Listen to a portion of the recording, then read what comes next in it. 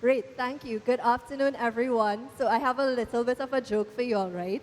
So when Shelly asked me to do this, I told her that I'd only do it if I got to sing. But luckily for you all and me, she didn't put any umbrellas in your bag, so I'm not gonna be singing today. I'll just talk low, right? So, as the introduction said, I'm an attorney. I mostly deal with business matters, even though I do some other things on the side. And what I really want to leave with you all today is that there are ways to protect yourselves as business owners. Assets, law might not be the sexiest thing out there, but assets certainly are. And as female entrepreneurs, just as Shelly was trying to impart this morning, there's succession planning. We have our generations that are coming next to us, behind us. We have to leave something for them, both financial rewards and also just the lessons, how to preserve, how to maintain, how to grow, how to build, how to scale, etc. So, of course, lawyers being lawyers, I have my disclaimer. If it's one thing, we always have to legal. It just says that it's informational content that is being imparted, and basically, if you do anything, don't sue me. As the introduction would have said, I have a Bachelor's of Law, a postgraduate diploma, and also a Master's in Law. My Master's in Law is actually in intellectual property. So some of the content that we'll be going through today includes IP, intellectual property matters, and how you can use IP and leverage it to grow your business as well. My practice focus, I'm at Titan Chambers, and we do a lot of advising for businesses, both small and medium business owners, like a lot of persons in the room here would be. And we also have some larger corporate clients. Last year, we would have done over 350 million TT dollars in contracts. So we have a lot of experience, and we get very excited about all the reading that other people don't like to do. I also really enjoy doing creative things. And if you follow me on social media, you'll see that I love traveling and just doing things that are fun and just not being in a box. Right, so are we ready to go? Are you ready to dive in? One thing that I always say is that having a successful business means that you have to be able to plan. And as Jaron would have said, the R in reach, research. If you don't have the resources to do something for yourself, you just have to get a professional. If you don't have the resources to get a professional, then you just have to spend the time. Like there's no two ways around it. And what I always say is, in this type of environment, in the 2020s, this type of business world is much different from what persons who went before us would have known. It might have been good enough back then to just have like a really great product or service, but as a lot of persons here in the room would know, now you have to have a lot more skills, a lot more soft skills especially. You have to be able to engage persons on social media. There's crowded marketplaces for almost everything, and because of social media, the reach that you have has to go further in order to get a sustainable flow of clients coming through your business, whether you sell products or services. So I would say that it's not enough to just have a successful business. You also need to be able to build a brand around it so that people keep coming back to you and specifically seeking you out as a business owner. So everybody in here is a business owner, right? Hands up? Yeah? Or yes, perfect, or aspiring business owner. So how many of you all thought that this was a graph that you would see when you started up your business? That you'd start, they always say build it and they will come. So you thought, okay, I'm going to put my feet in the ring and things will just go up from there. Anybody had that thought? I did, so yeah, don't be ashamed at all. I definitely did. But what I found is that it actually looks a lot more like this. So you start off hot and sweaty and excited and happy, and you're like, yeah, I'm living my dreams. And then you go to legal affairs, and they tell you about all the forms that you have to fill in, and then you encounter across their new system that's been in place from February 1st, and you're like, what is this? What are they trying to do to me? And then you have good days again. There are persons who rave about your services. They're happy with you. They love you. And then you go back to that rut where it's like, oh my goodness, now it's the end of the year. I have to think about annual returns. I have to think about filing my taxes, all of those things. So don't be surprised. Don't be perturbed. Like, I think that's just normal in the life of a business owner. So as I was saying, the reality would be something like this. This is just like the average roadmap for businesses. And unfortunately, what the statistics show globally and in Trinidad and Tobago as well is that the majority of businesses fail in the first couple of years. So only 50% of businesses that are started will be around 3 to 5 years later, right? These are statistics from the Forbes Council. And as I said, these statistics are very similar locally as well. One of the main reasons that businesses fail is in the top 5 is that they don't pay attention to their legal and compliance requirements. So even if you have the great products and services, even if you have the great client base, if you make simple mistakes that you could have avoided by having the right information, having the right professionals work with or for you, simple things like filing your annual returns on time, if you let that build up, there are lots of penalties that go along with it. And I've had clients who didn't do filings for 10 years, and when the bill was like $100,000, they just had no way to pay it. It didn't make any sense, so they had to end up closing the business. So as I said, there really are simple things that you need to keep on top of, and this is where you have either a business professional or even another entrepreneur who's within your circle who kind of knows how to get around those things that you can share information with, and the accountability aspects of it will come in. Because even for me, when I started up my business as well, there was something that we didn't pay, and it was embarrassing because I literally give clients a handbook as to what they need to do, and it was in the handbook, and I don't know, we forgot to pay that one tax. So we did take care of it, but it was just a life lesson on how easy it is for things to slip under the radar when you're dealing with so many other things. So this is what you don't want, that you have a dumpster fire, that you have a great idea, you have a great business that you're building, but it turns into something that just blows up for no good reason. And I can tell you, one of the main things that happens with clients is that, well, one, they only come when there's a problem, when there's this fire that's already started and is threatening to burn down everything in sight. And then the second thing that you don't want to be in a position is that you have a contract, for instance, but the one thing that nobody thought of would happen just happened. Because that's when you're scrambling like crazy. And I'm panicking too, especially if I did the contract for you. So having key review points in your legal framework for your business helps you in so many ways that it's too much to count. I'm going very quickly through this because honestly, most of these slides are a masterclass in themselves, but of course, we have a limited time.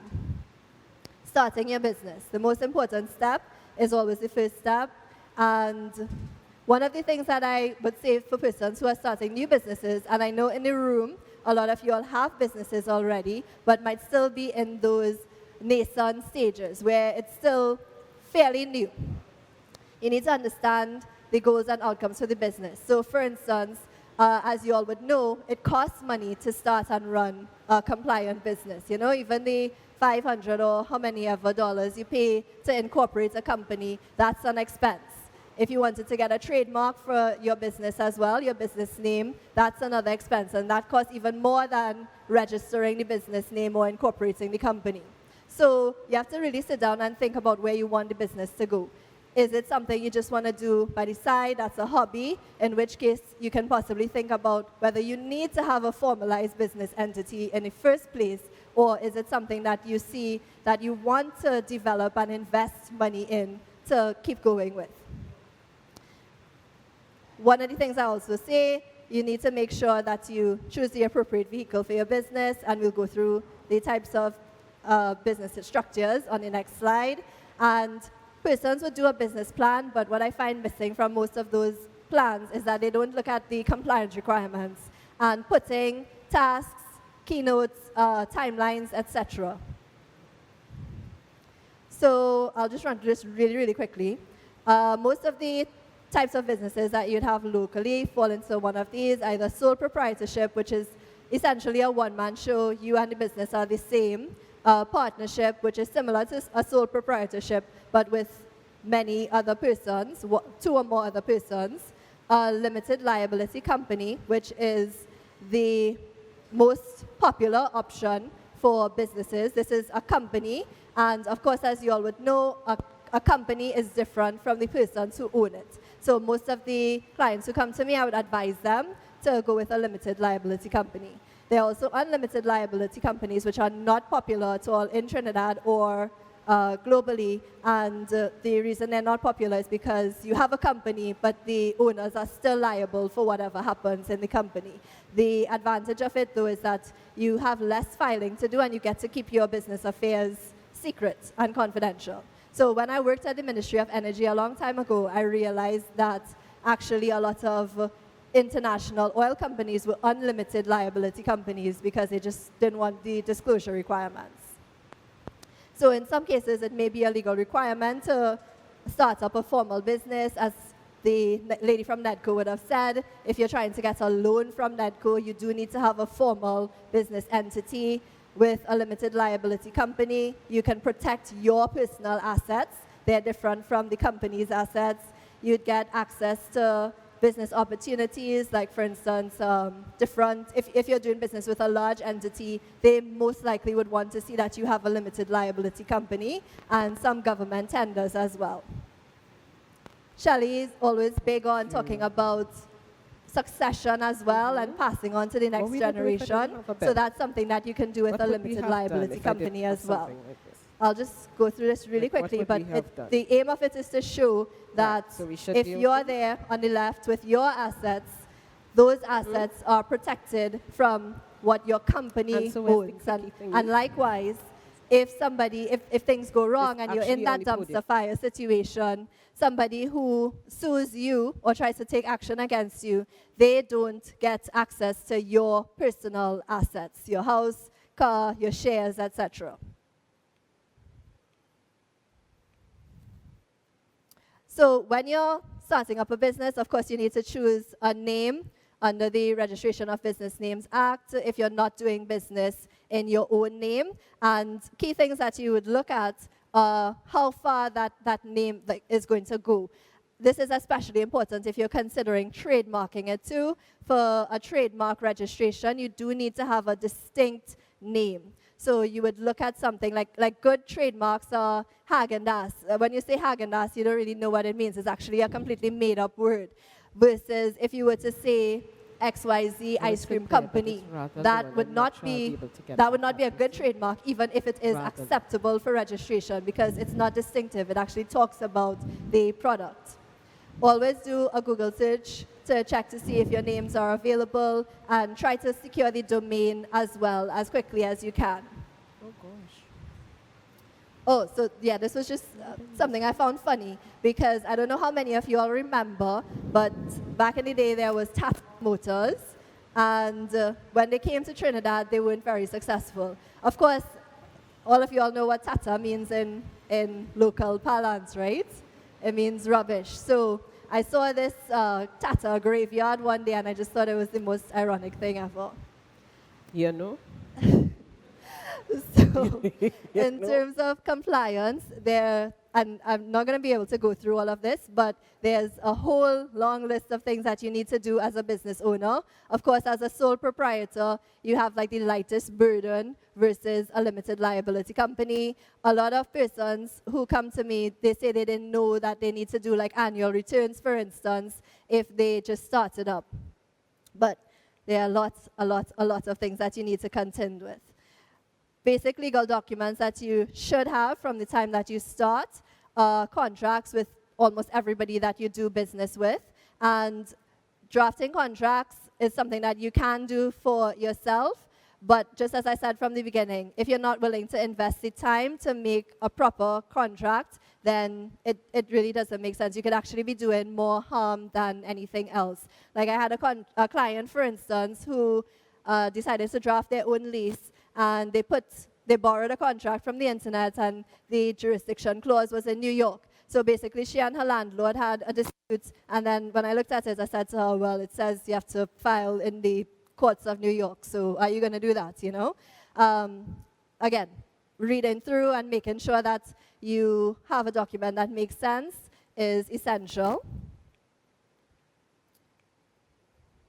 And then going through the scale stage, that would be sort of after you've passed your first year, 2 years, and these are some of the things that you'd be looking at. Securing your intellectual property. Of course, that's something you can do from the very beginning, but most businesses tend to look at that later on. Looking at expanding into new markets, expanding new products. You might be thinking about other intellectual property rights, like getting patents if you have a product, making sure your business name and assets are trademarked. A key thing that you should also be doing is a legal audit. So auditing your entire business process, auditing everything that you've done in the business over the period will help you a lot to make sure that you're on that track to being compliant. Intellectual property is an area of law that's now kind of gaining traction and popularity in Trinidad, which is great because having IP can be a major asset in your business. In fact, there are some businesses that, as you would know, they become defunct and they no longer have operations, but they're still valuable from a brand perspective, and they get bought out because of the value in their trademarks. The value of the world's top 10 global brands is in the trillions of dollars, and that's just their brand equity value, not anything that they own, not the value of their customer list, not the value of their actual property, etc. I probably don't have time to go through these, but what I will do is I will ask Shelly if she can make the slides available. Oh, yeah, So, I could go yes. on with some water, couldn't I? Oh, good. Yes. So we have copyright, Yes. which is very simple. It's just whatever Yeah. you create. You In Trinidad, understand? it's automatic. You don't want to start to kind of go, thank you. One thing that I recommend is that if you have a website, you update your copyright notices every year. So I just put an example down at the bottom of this slide. Trademarks. I love dealing with trademarks because, just as I said, with a trademark, you can actually grow your business. Like, you could be at a stage where you want to hand over your business and somebody finds value in your business just from the goodwill that you have on the open market. And if you have a registered trademark, that in itself is property, just as if it were a car or a house or any other type of property. Earlier this year, in March actually, we had our first non-traditional trademark filed, which was a sound mark by Rambunctian. And that was just really exciting for the industry because it's the first sound mark that would be available in Trinidad and Tobago. Popular sound marks in other jurisdictions are like, for instance, the MGM lion. I think it's Leo the lion. You know, when you see movies, you see him roaring. Yeah. But we now have our first registration. It hasn't been granted yet. In a crowded marketplace, as I was saying, there are so many goods and services out there, people who do the same thing as you. Consumer recognition, which comes through things like trademarks and your intellectual property, would go a very, very long way in making sure that you secure your business space on the scene, on the streets, as the young people like to say. Patents, these are also intellectual property rights that give persons the right and ability to stop persons from copying what they do, and patents are made for either processes or products. They must be new, not obvious, and capable of utility. So if there's no real function, you can't get a patent for it. But if you create something that's brand new in your space, then you get a very, very valuable right if you have a patent for it. Because similarly, nobody else can use it. If they do try to, then you can sue them and win and hopefully get a lot of money. Or you could license it to persons who want to use it or sell it. And that way you don't even have to you can sit down. You can just sit back and just collect checks. Industrial designs are kind of like patterns, except that they protect the ornamental aspects of a product, not the functional aspects. I won't be able to go through all of these because we're running out of time.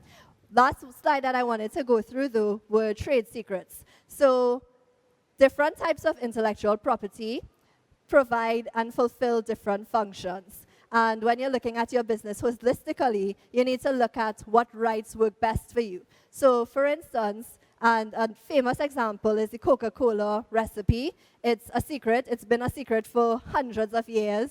There are supposedly only 2 persons who know it at any given time, and they're not supposed to travel on the same plane together, etc. And because of that, they have this very, very valuable right that is a complete secret, and it actually makes the product more attractive in the market. And then when I was doing these slides, I was kind of kicking myself because I was like, hey, we have a local example here, right? We have Angostura bitters. Similarly, that's a very famous trade secret. The exact recipe of bitters has been a secret since 1824, and because of it, they have been able to leverage it to cement their market share and structure. So I am going to wrap up here. You guys can always connect with me. I'm a social person on social media, supposedly. And I look forward. We're not going to have time for the Q&A, but I really do look forward to connecting with you all and hearing about your businesses and talking some more about how you propose to leverage your brand equity to build this business that you wanted to get out there. Thank you very much.